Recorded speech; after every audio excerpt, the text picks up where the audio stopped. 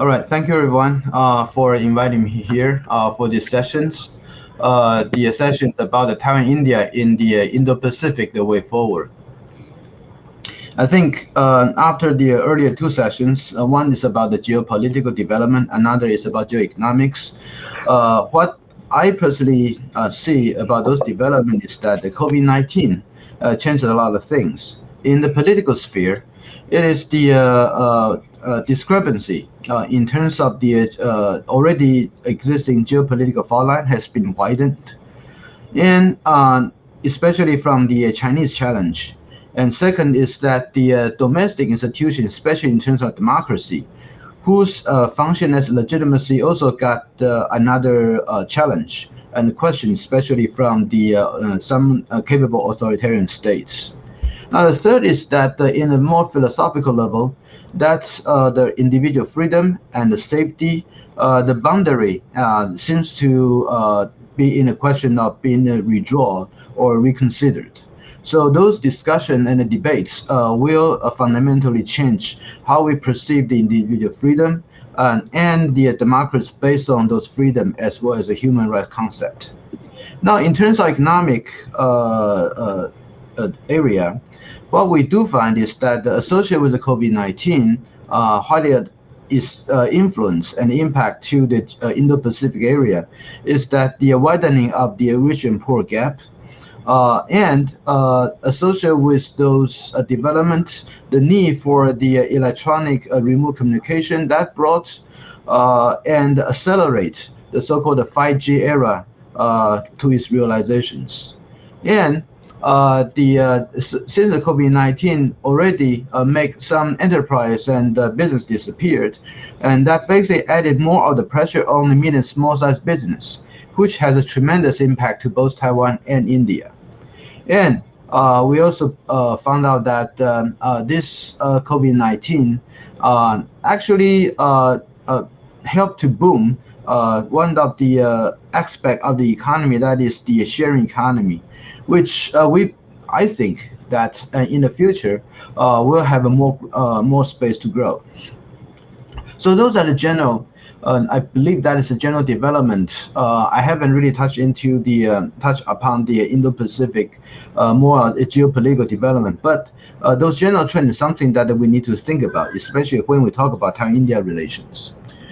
The based on those observations, in my view, when we look at a Taiwan-India relationship the way forward, I think the one of the prerequisite is that we need to consider that how to find the Taiwan-India relations based on its own merit.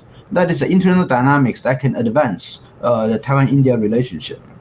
And I have to say that in the last 30 years, there's always a issue that is about China, how China is in a way impeding the development of the Taiwan-India relations. And right now, we need to consider how to properly positions the issue of China in this relationship. One other thing is that we do not want China to be an impediment to the development of this relation. But on the other hand, we also need to have a proper calculations how to make the China factors that could also be practically accounted when we consider how to move these things forward. So the issue about the Taiwan-India relations, about the Chinese part, I think that is something that as a philosophical level, how to have advanced the prerequisites, finding the internal dynamics within the Taiwan-India. So that's going to be the issue number one. But then another thing, I think when we talk about the Taiwan-India relation in terms of the economic development, traditionally, what we do find that there's different needs. Sometimes Taiwan-India, we just talk past each other. From India's side, what India from Taiwan central economy, they are focusing on the Taiwan's investment.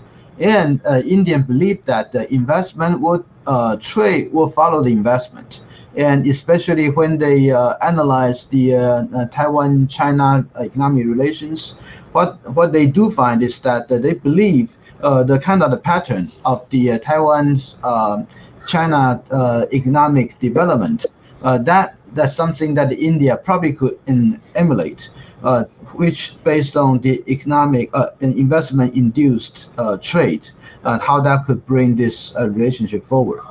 But from Taiwan's part, what Taiwan wanted to have is actually the market. The Taiwan look at India.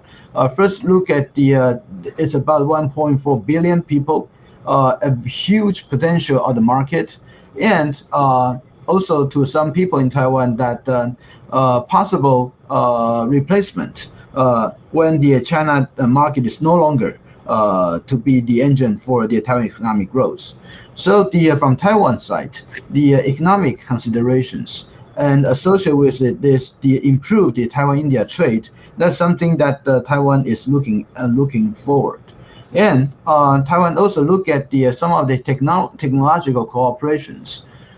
India side wanted to have look at the semiconductors, but the Taiwan side sometimes they look at the biotechnology, the space technology, as well as other in terms of the software and the software hardware cooperations, how that could move forward.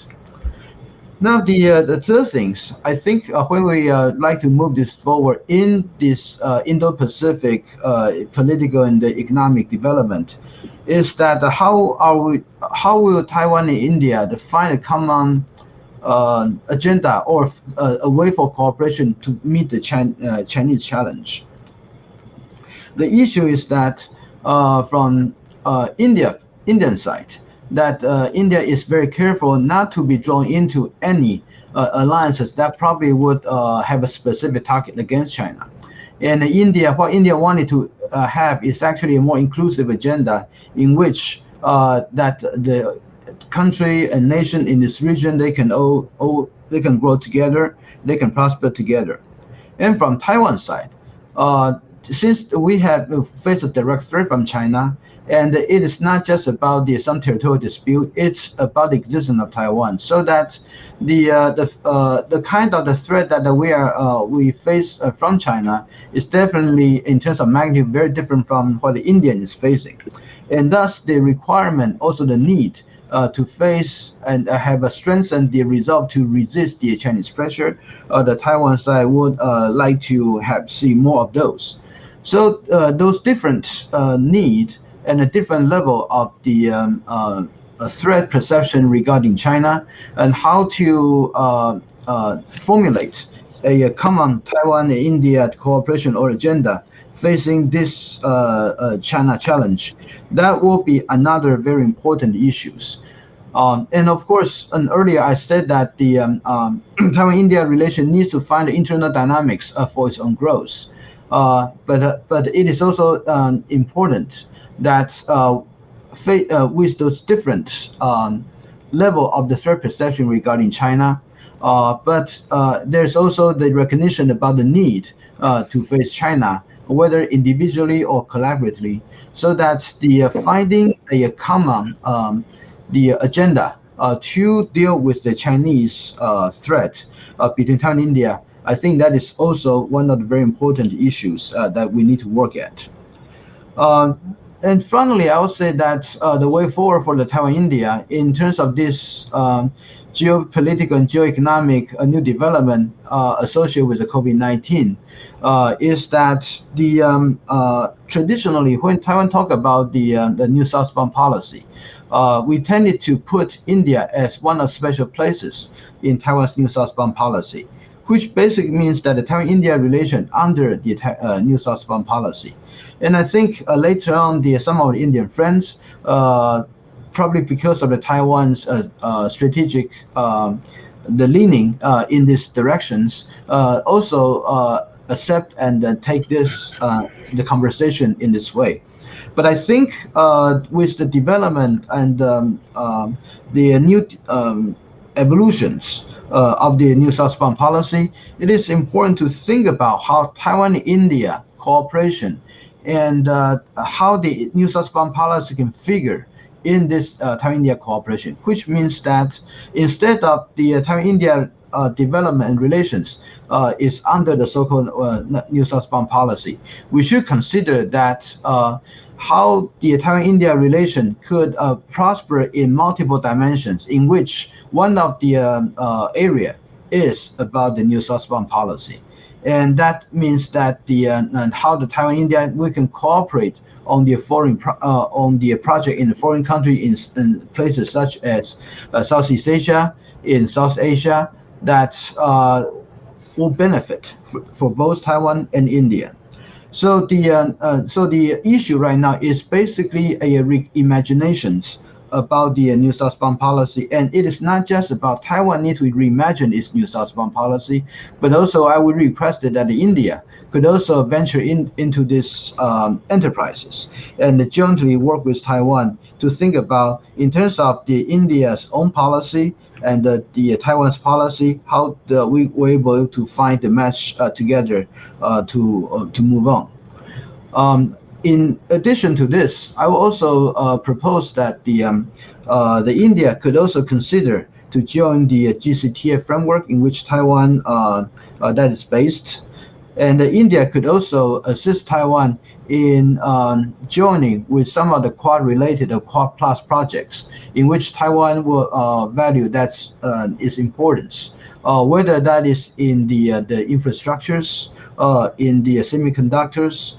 or in the other supply chain. And another very important area is about the submarine cable network cooperation and safety security in protections. So those are the things that I personally believe that those area that whether there's an emergent need or there's a potential for the further growth. I believe that this is some area I personally would like to see how those progress can be made. So I will just stop my talking here, and thank you very much.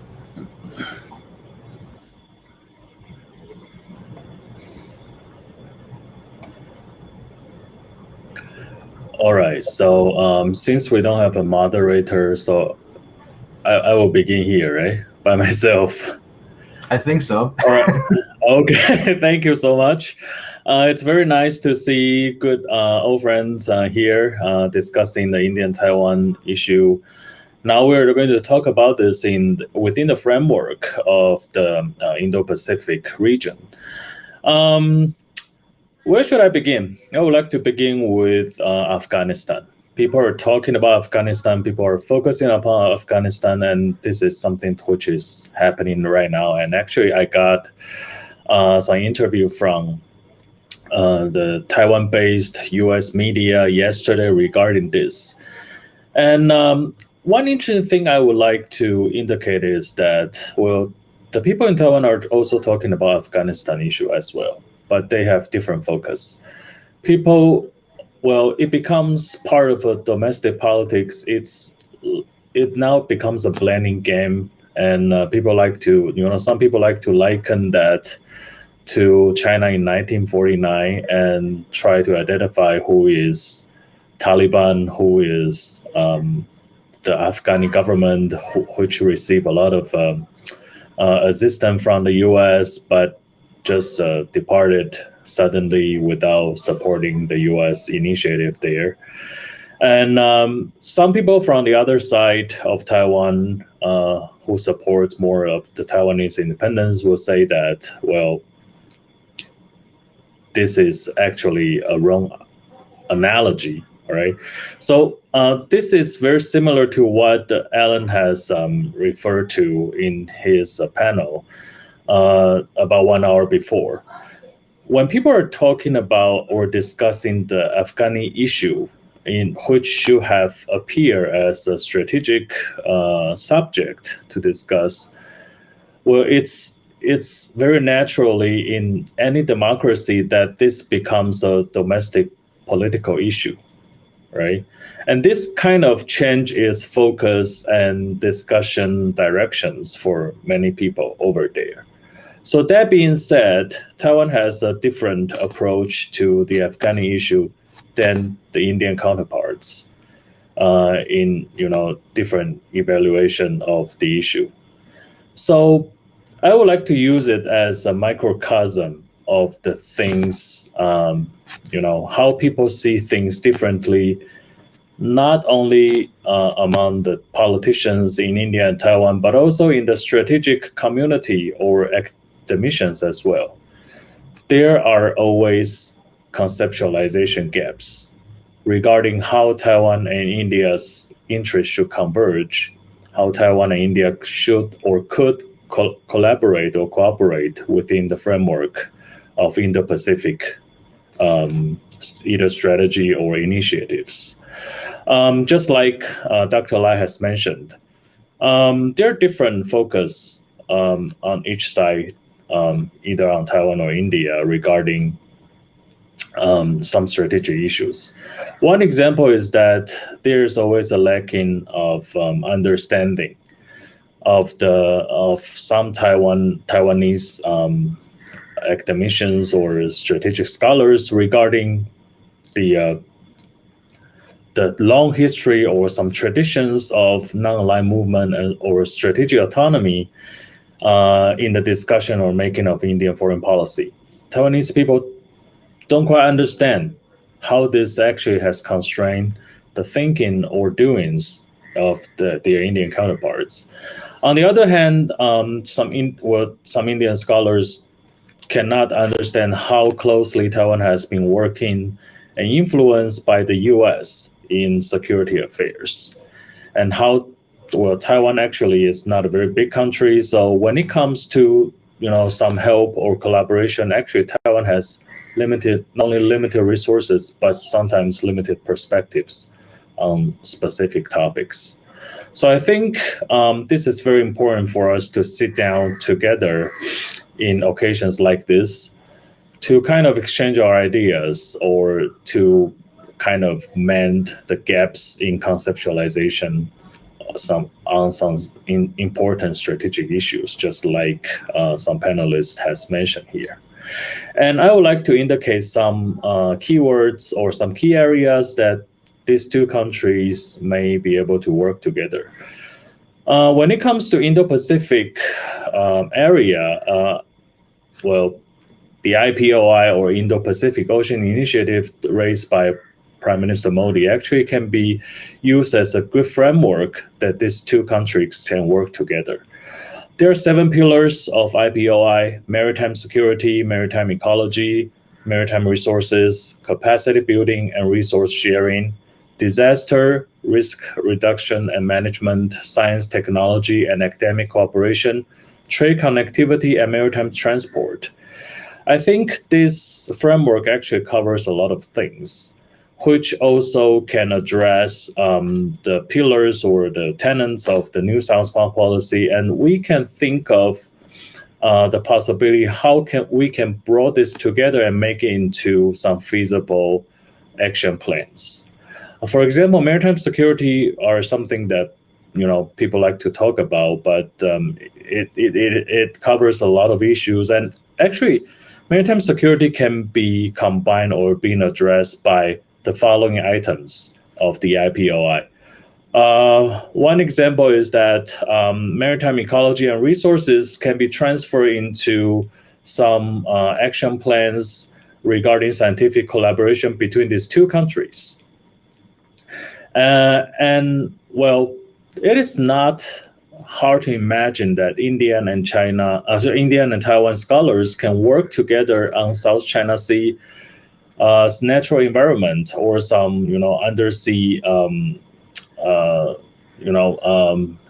development or natural sciences over there. People can work together and to conduct some scientific explorations in South China Sea or in the neighboring sea areas, either in Taiwan or in India. Well, if China and Sri Lanka can work together to explore or to detect Indo-Pacific in the Bay of Bengal, why not India and Taiwan to work together in, say, Taiwan Strait or near areas or South China Sea? That's completely natural. And about capacity building and resource sharing, disaster risk reduction and management. And actually, this is something that has been discussed. One example is that my colleague Alan Young of the TAEF actually has shared his ideas of and research using an example of a community of Yilan County in Taiwan regarding how they recover from the typhoon disaster, and share that with our Indian counterparts in some think tanks regarding that. And people actually exchange some ideas and build up some workable plans for either academic research or even rescue plans for the future. And I think this is something that we may explore. And when it comes to science, technology, academic cooperation, actually that goes beyond maritime affairs and can cover many things, let alone trade, connectivity, and maritime transport. Well, Taiwan has long claimed itself to be an ocean country and want to work on that. So this is an idea that people can work together. And I would like to refer to one example to this. Well, if we can kind of build up a platform using, all these low politic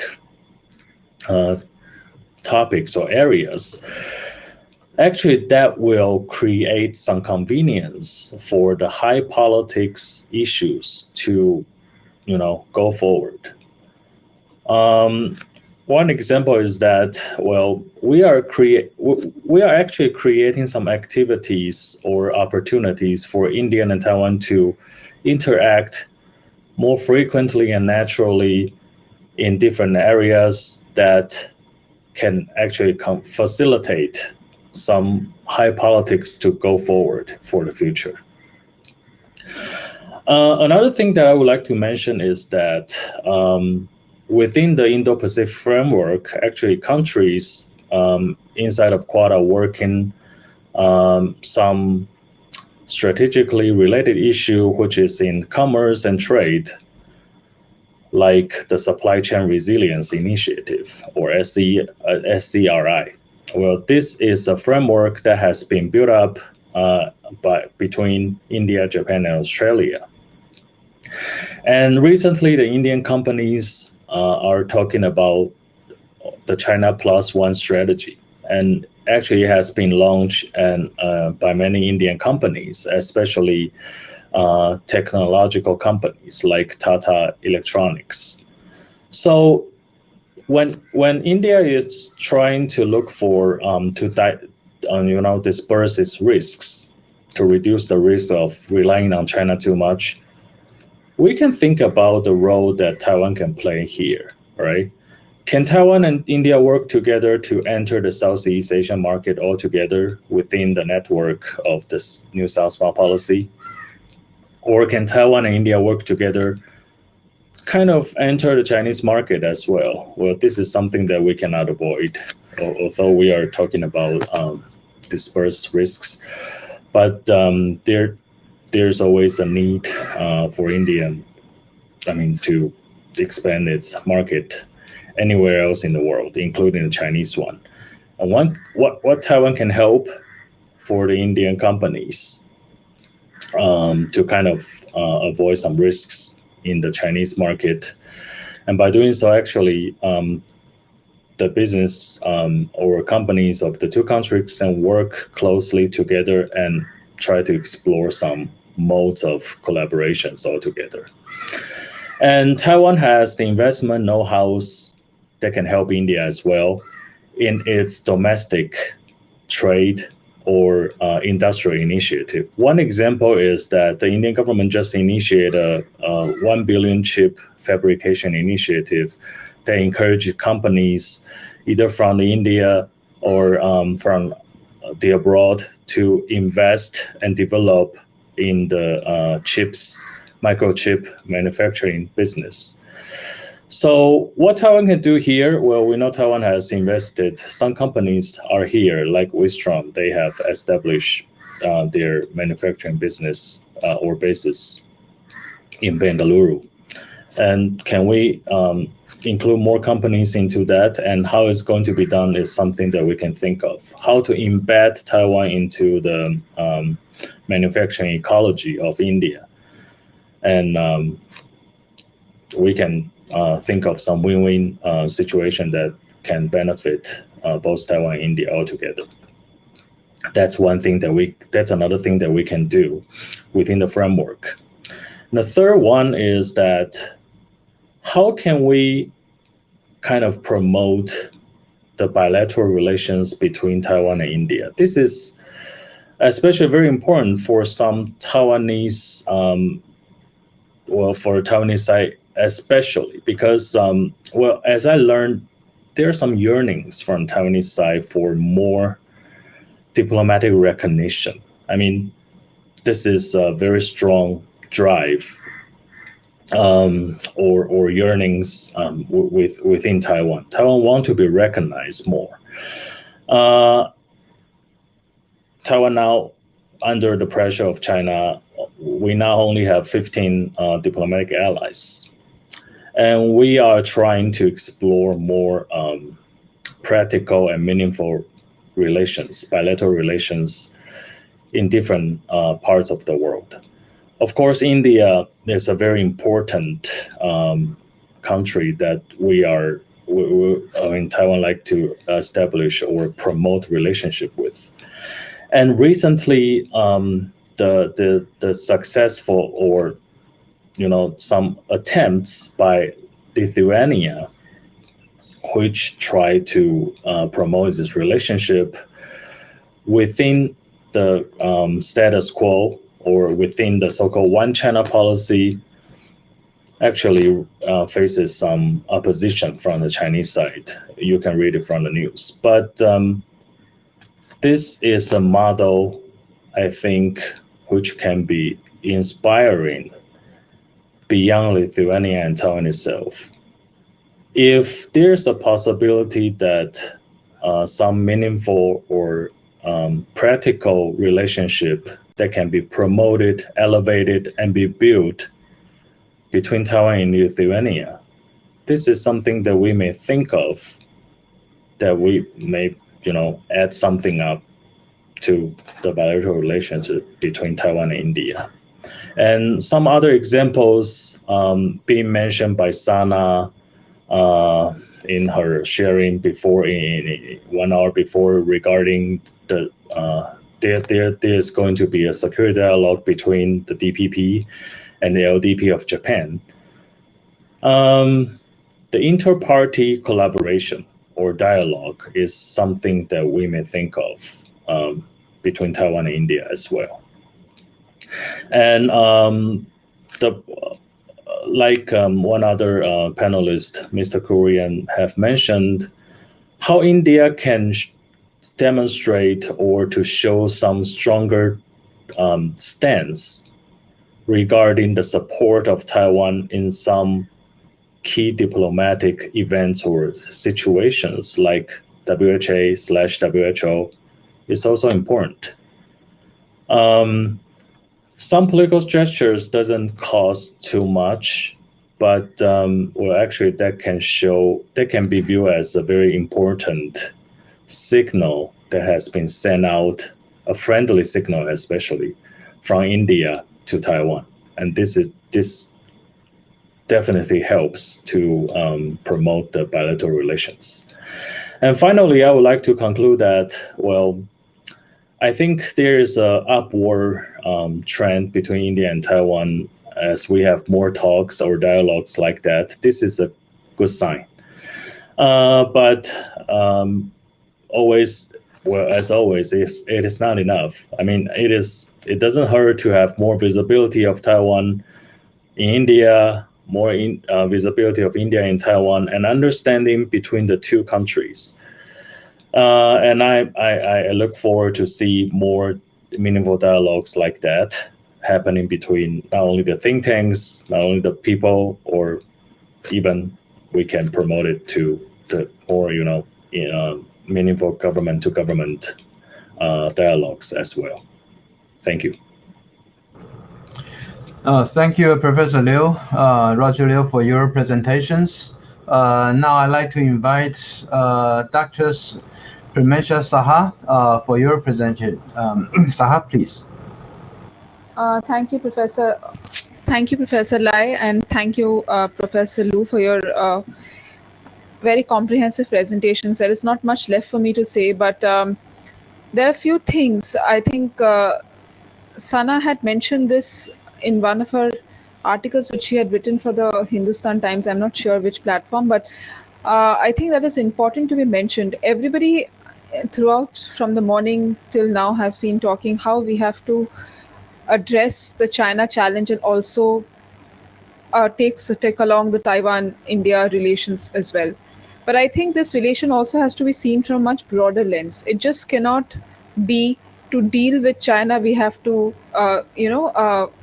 propagate our relations with Taiwan. It has to be much broader than that. If we are looking at the Indo-Pacific, yes, maybe the premise of Indo-Pacific started off with countering or dealing with a rising China, but at the same time, it has grown much bigger than that.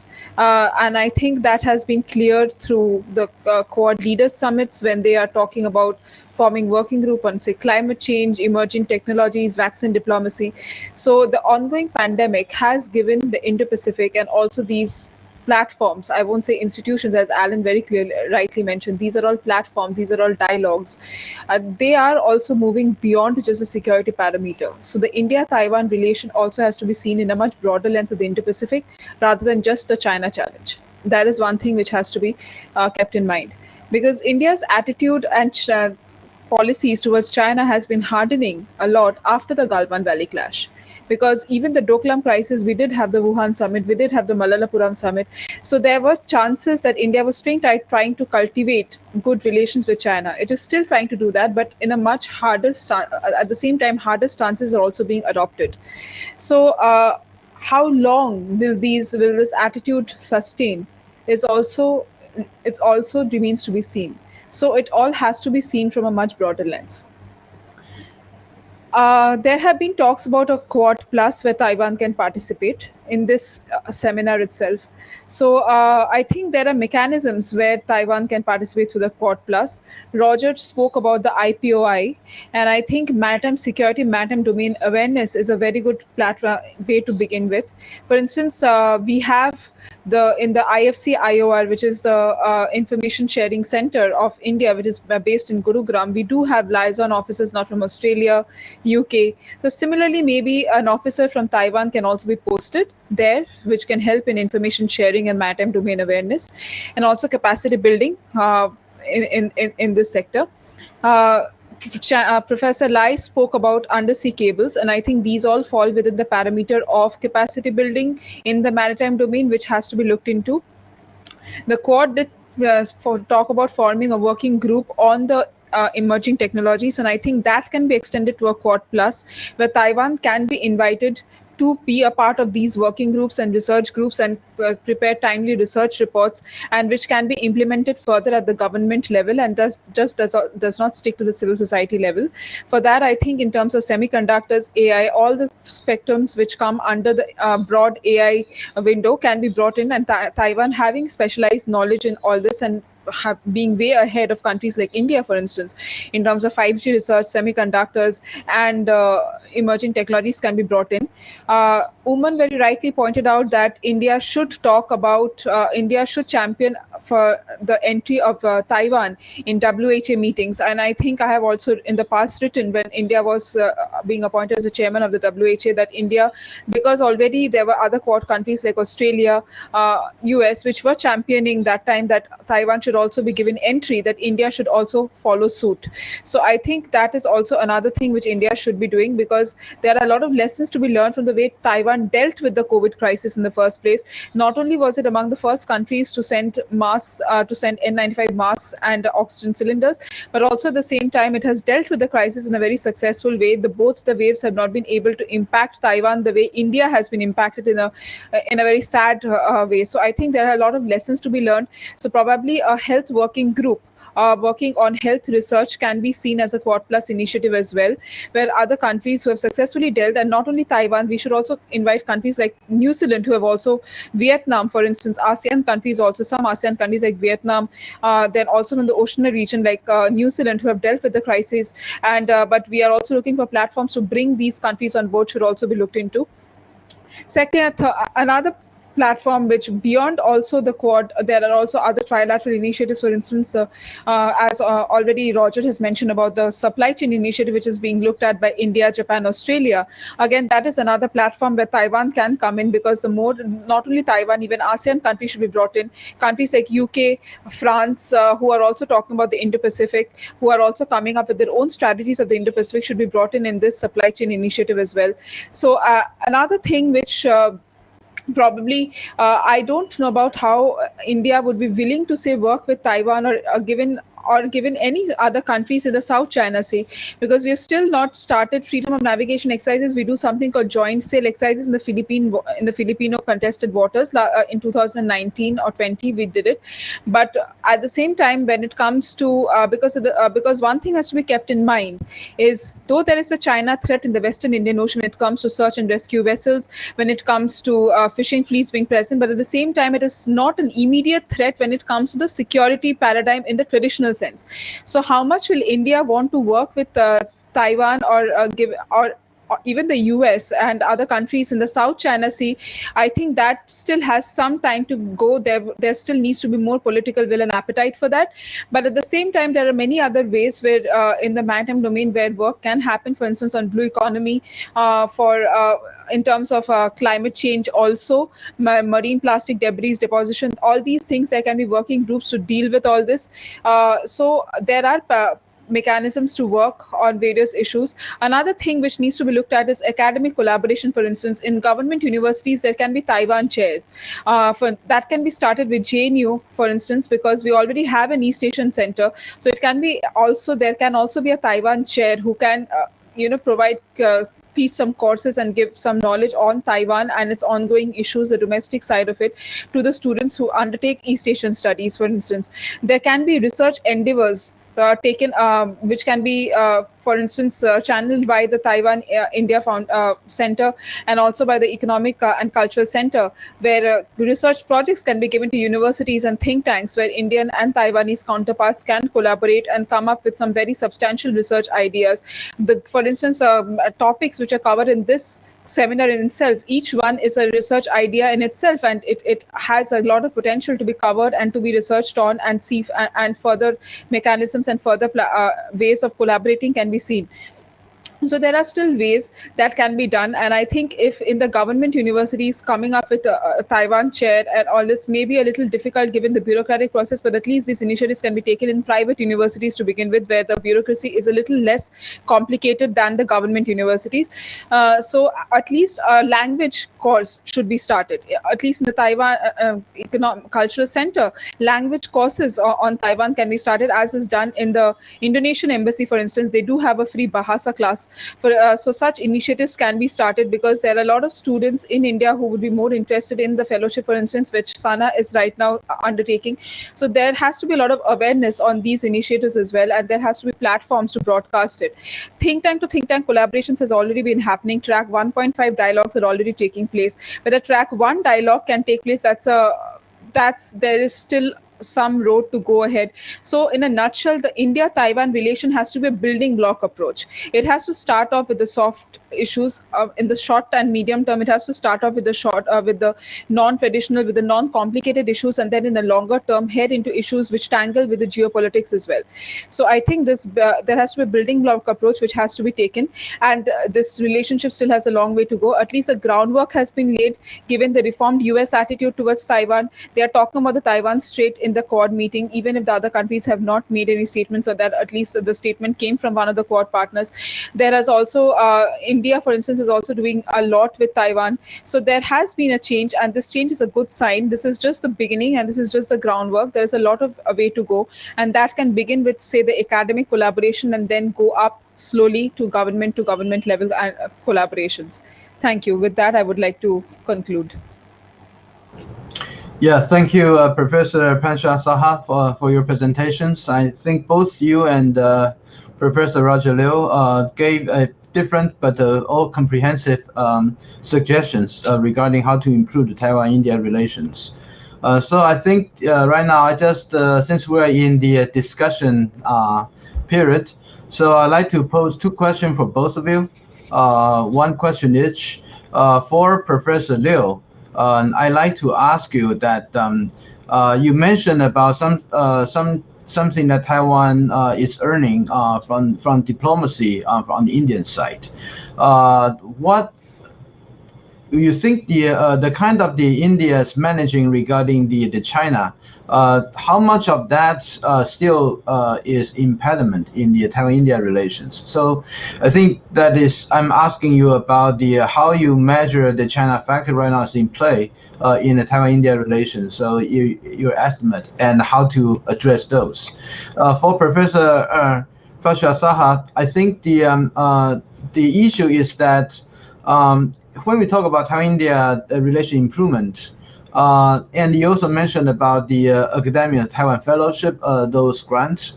But in Taiwan, usually in the bureaucracy, what we found out is that those Indians grants, they have to compete the space with many other countries' grants within Taiwan. So that, but some people also argue that India is not any other country. India is a country of 1.4 billion. And the most popular country in the whole world, the biggest democracy in the whole world. So Taiwan should put India in a very different league. But then Taiwan's bureaucracy sometimes will ask that if it's going to be a different league, then how can we see the results? So what is your suggestion to Taiwan on this? So I'd like to ask both of you serve on those questions. First, Professor Liu. Thank you, Professor Lai. Regarding China and impediments of China's shadow about in the Indian-Taiwan relations. I would say that while most of the South Asian regions are holding the so-called one China principle or policy very high, well, Taiwan actually has a lot of space when it comes to this. Well, nominally, India has the so-called one China policy, or it's following the one China principle. Well, it's not following the one China principle, but it has its own one China policy. But regarding some formalities that they have to follow diplomatically, Taiwan actually has a lot of space around here. India has its own way of doing things, which can be shown. One example I would like to mention is that several years before, when the Chinese government has been asking the airliners to change their final destinations of Taiwan and put it under the One China framework, actually India has adopted a flexible or on its own style way. That is, the official Air India actually call Taiwan as the Chinese Taipei in Olympic formula, which is very much different than other countries that put Taiwan under Taiwan Common China or other things, which is which more serves China's needs. And if we put India into the context of the South Asian countries, we can see that India has been more resistant to China's pressure when it comes to the one China principle that China has been asking other South Asian countries to endorse every time in very important diplomatic occasions. This seldom happens in India, and as we can see here, a lot of politicians here in India actually have their own tactics to deal with that. And as a Taiwanese, I highly appreciate that. But one thing that I would like to think about is that if we go back to the Lithuania case, in which they want to set up a Taiwan representative office in Taiwan or in their own capital city, which is highly appropriate because, well, I don't see any mistake or anything, any concerns or issues that Taiwan being called Taiwan. This is so natural. But although Lithuania has claimed that they are doing that within the framework of so-called One China policy or One China principle, this also faces some oppositions from China. And this is something that we have to push forward. And if we bring back to the India-Taiwan case, while the bilateral relations has been, well, going up and being promoted for the past few years, is it not likely that we are going to think about why the names of the representative office of Taiwan in the capital city of India being called the Taipei Economic and Cultural Center, right? Although we know that, well, India has been talking about the people-to-people relations. However, as the relationship are being promoted and increased for the past few years, I think it is not unlikely that we should think about all this. I mean, well, everything, you can say that everything is just in a name, right? But, well, name can be important, right? So other than Taipei Economic and Cultural Center, is it likely that it can be called otherwise or other things? Well, this is just my personal idea. And as you know, the investment and trade relations between Taiwan and India has been increasing, there might be a need for the office of Taiwan in India to be expanded. I mean, now Taiwan has, in New Delhi, there is a TECC, and in Chennai, well, not in Chennai, in Mumbai, there are other offices. Is it possible that other than the TAITRA offices, well, there should be we should consider to set up other representative offices in important cities that can serve the needs of the people of two sides. And that's very natural. This can be considered low politics, but this is something that we should think about. Thank you very much. Yes, thank you, Professor Liu. Now the Professor Pramesh Saha. Thank you, Professor Lai, for your question. I think that is with regard to most fundings that we see a lot of competition with other countries. For instance, I think even Roger spoke about the IPOI. If we are talking about initiatives like this, where India and Taiwan could also work together, I think Australia, for instance, came up with a funding called the Australia-India Indo-Pacific Oceans Initiative. Maybe an initiative which is being funded by their Department of Foreign Affairs and Trade. So I think an initiative like this can be taken up by the Taiwanese government also, where India-Taiwan can speak about an Indo-Pacific Oceans initiative, or even in other such initiatives, be it on the health lines and other fields as well.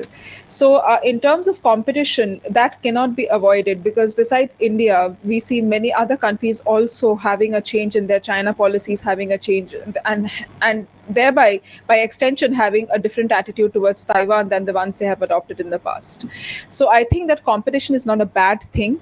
That in a way shows how countries want to go ahead and work with Taiwan.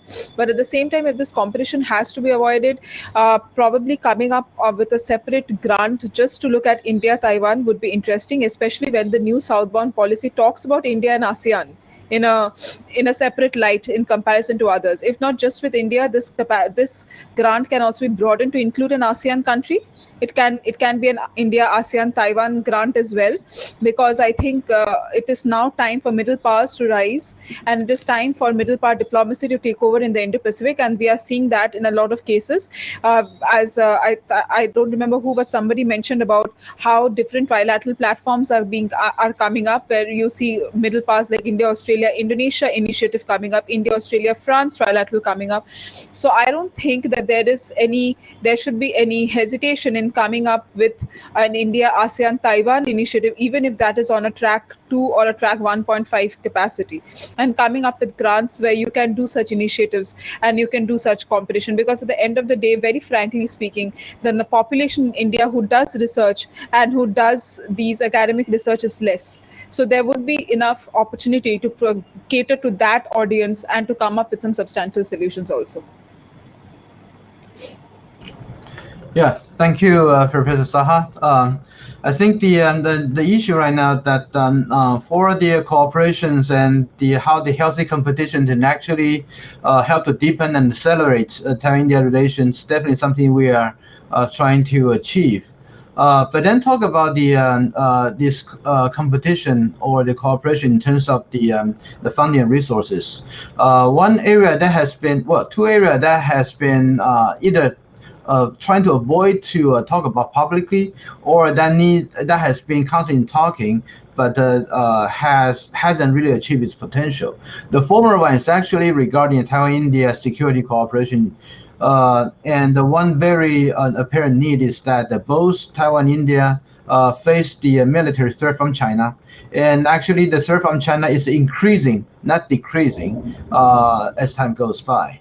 So there's a very natural need for both sides to improve the mutual understanding regarding their read about China, how they are able to commonly to address the issue from China.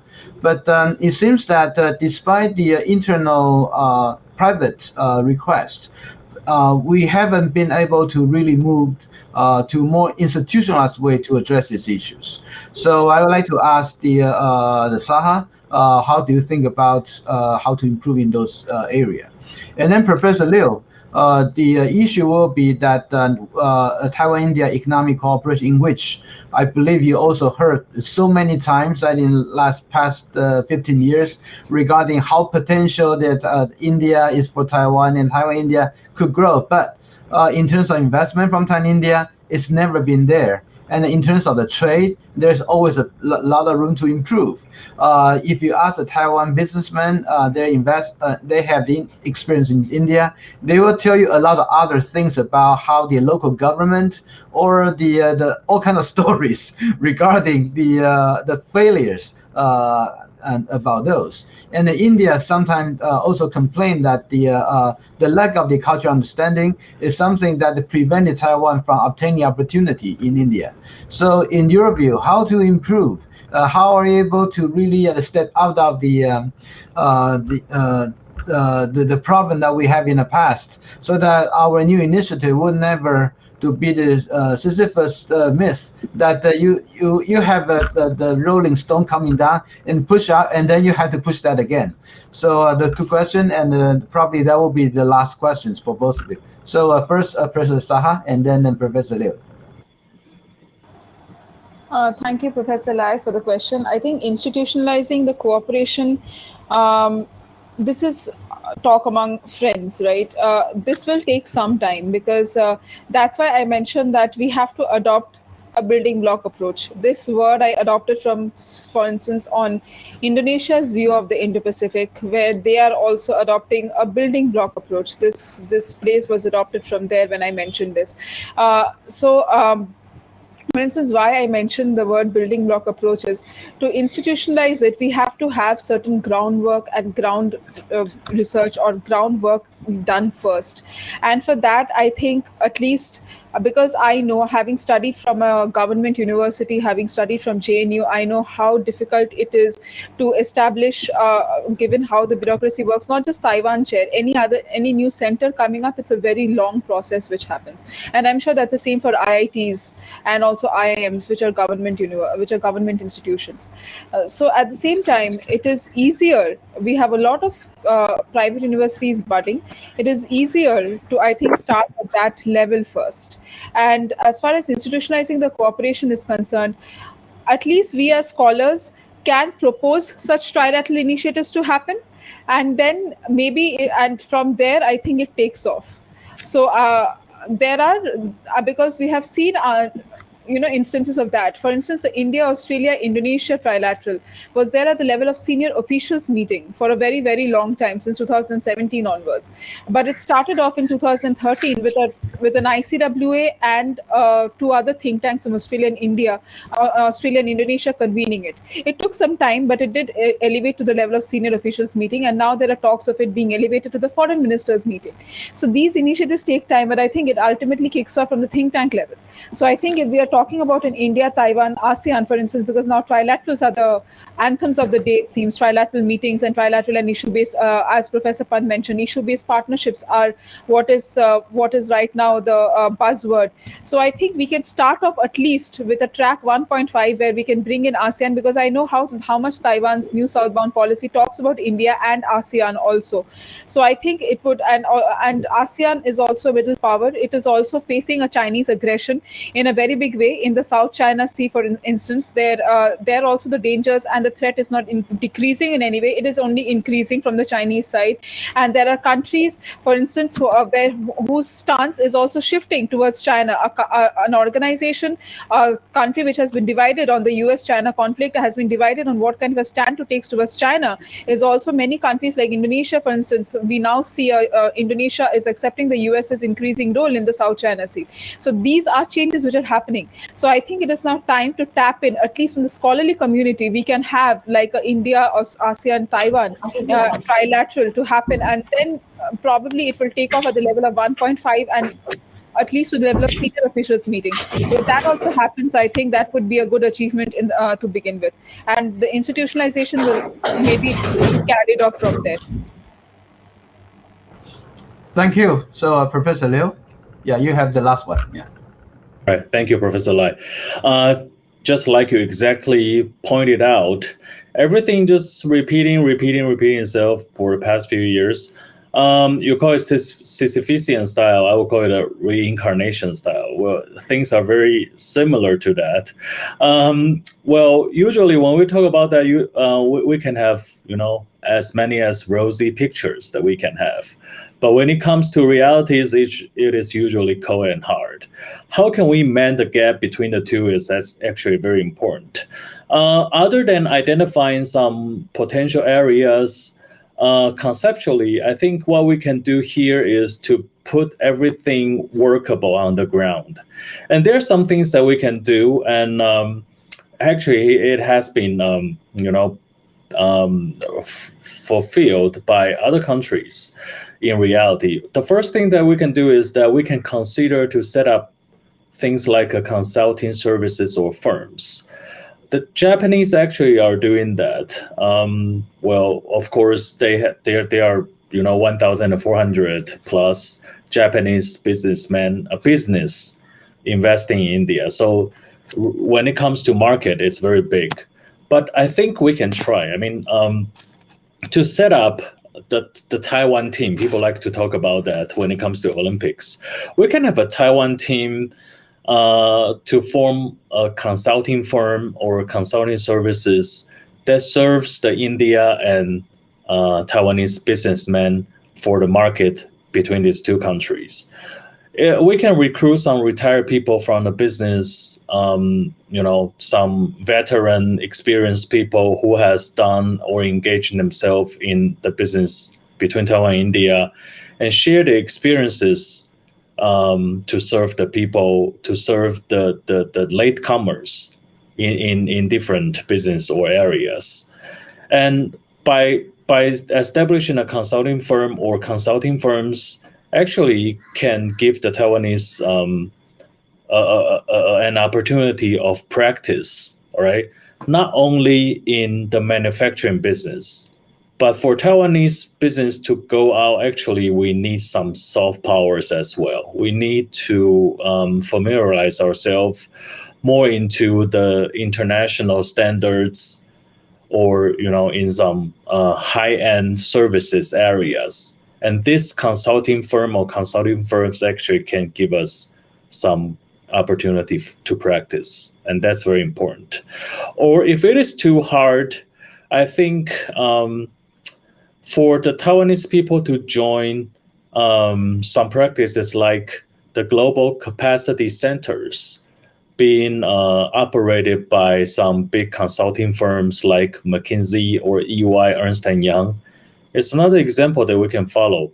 Well, these big companies actually establish some, regional service centers, which is called the global capability centers, near or inside of India, that serves as one window services to cater to people who are interested in doing business here, and help them to overcome the difficulties they may have on the ground.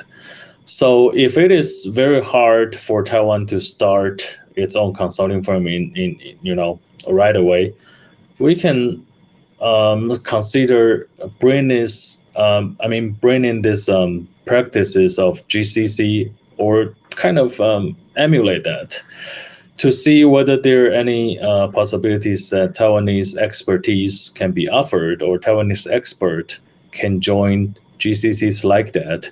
And after that, we can recruit those people who has experiences like that and form our own consulting business or services.